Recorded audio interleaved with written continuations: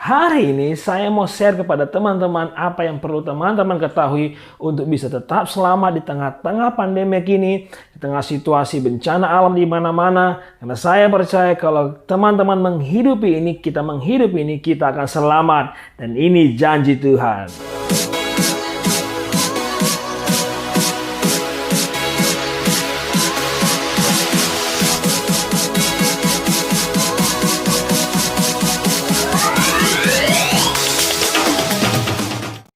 Oke, selamat datang dalam program saya You Need to Know, dan hari ini saya mau share sesuatu yang luar biasa yang perlu teman-teman ketahui karena ini luar biasa. Nah, kita tahu sekarang ada banyak bencana yang terjadi di tengah-tengah bangsa ini.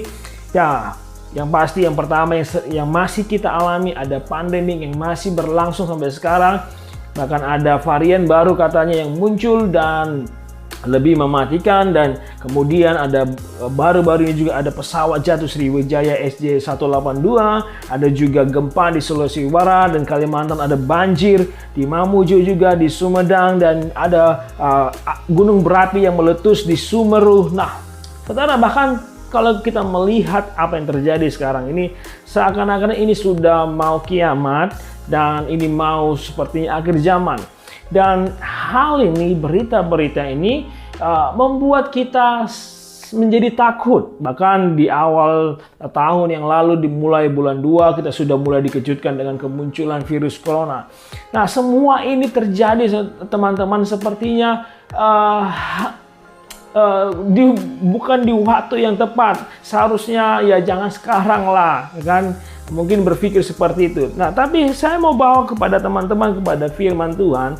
Karena teman-teman kalau tahu firman Tuhan ini, mengerti kebenaran firman Tuhan ini, teman-teman tidak akan takut lagi. Bahkan kalau menghidupi ini, maka teman-teman selamat. Oke, saya akan buka dalam Lukas 21. Kita akan baca dari ayat 8. Nanti saya akan baca sampai ayat 19. Nah, karena ini sangat memberkati, itu sebabnya pastikan teman-teman menonton video ini sampai akhir, karena saya percaya teman-teman akan diberkati. Oke, Lukas 21 ayat 8. Saya akan baca kepada teman-teman. Waspadalah supaya kamu jangan disesatkan, sebab banyak orang akan datang dengan memakai namaku dan berkata, akulah dia. Saatnya sudah dekat, janganlah kamu mengikuti mereka. Dan apabila kamu mendengar tentang peperangan dan pemberontakan, janganlah kamu terkejut, sebab semuanya itu harus terjadi dahulu, tetapi itu tidak berarti kesudahannya segera akan datang segera. Di ayat 10, ia berkata kepada mereka, bangsa akan bangkit melawan bangsa dan kerajaan melawan kerajaan, dan akan terjadi gempa bumi yang dahsyat, dan di berbagai tempat akan ada penyakit sampar dan kelaparan, dan akan terjadi pula hal-hal yang mengejutkan dan tanda-tanda yang dahsyat dari langit. Nah, tetapi sebelum semuanya itu kamu akan ditangkap dan dianiaya. Kamu akan diserahkan ke rumah-rumah ibadah dan penjara-penjara, dan kamu akan dihadapkan kepada raja-raja dan penguasa-penguasa oleh karena namaku. Nah, perhatikan ini, ayat 13. Hal itu akan menjadi kesempatan bagimu untuk bersaksi.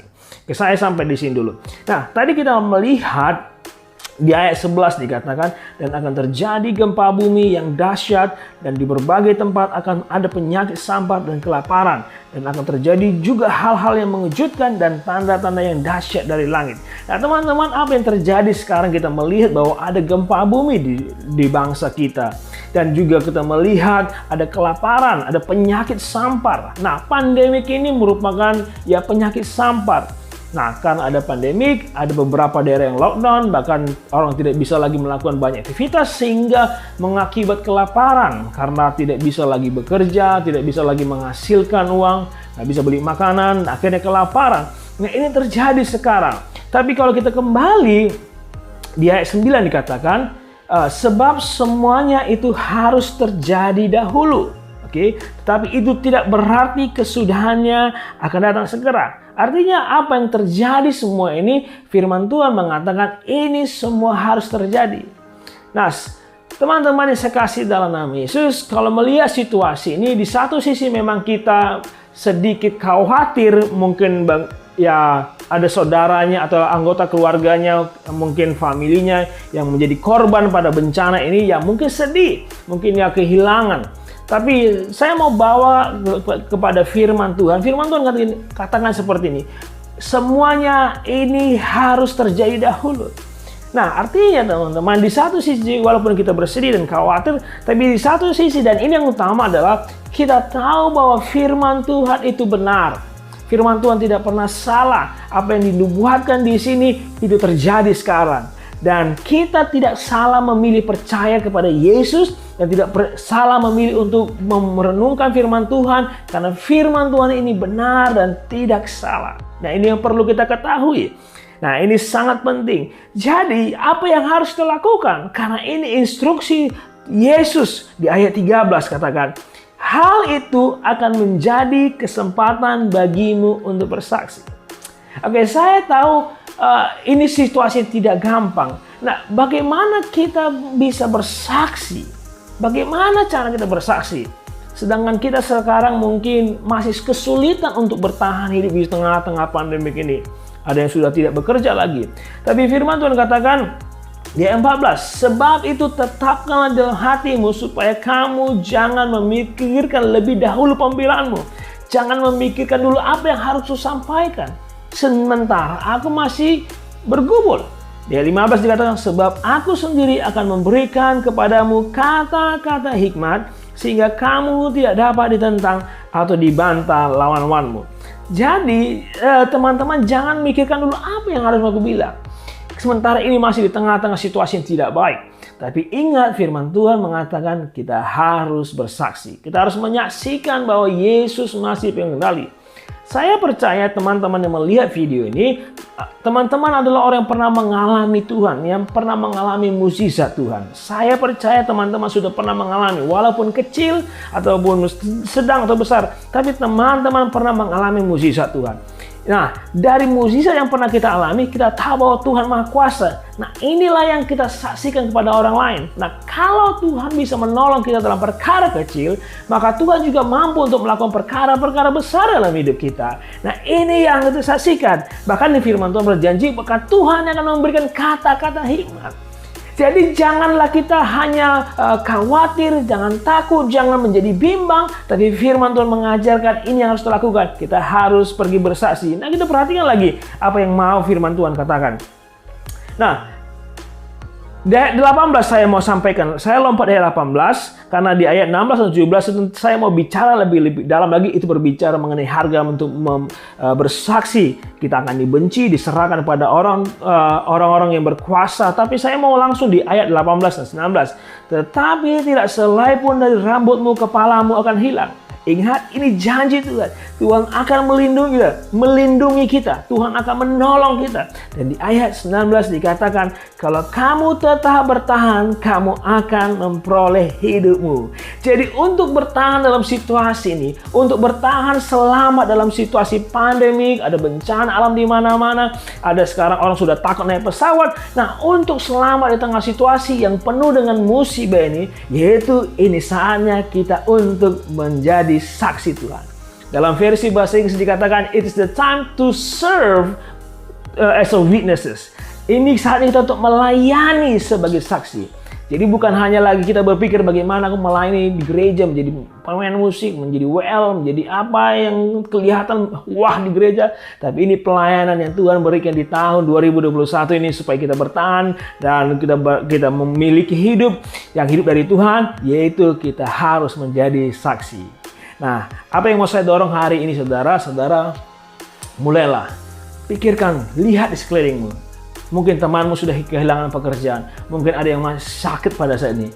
Mulai dengan doakan mereka. Dan ketika mulai kita doakan, saya percaya Tuhan akan memberi hikmat. Saat Tuhan memberikan hikmat, apa yang mau disampaikan, datangi, jumpangi, atau telepon, atau WA, atau kirim messenger, atau apapun bisa berkomunikasi. Karena saya percaya di tengah-tengah situasi ini banyak orang membutuhkan kata-kata dorongan. Banyak orang membutuhkan doa. Apalagi kita tahu bahwa Yakobus mengajarkan doa orang benar besar kuasanya. Dan ini yang orang-orang butuhkan, doa-doa orang benar.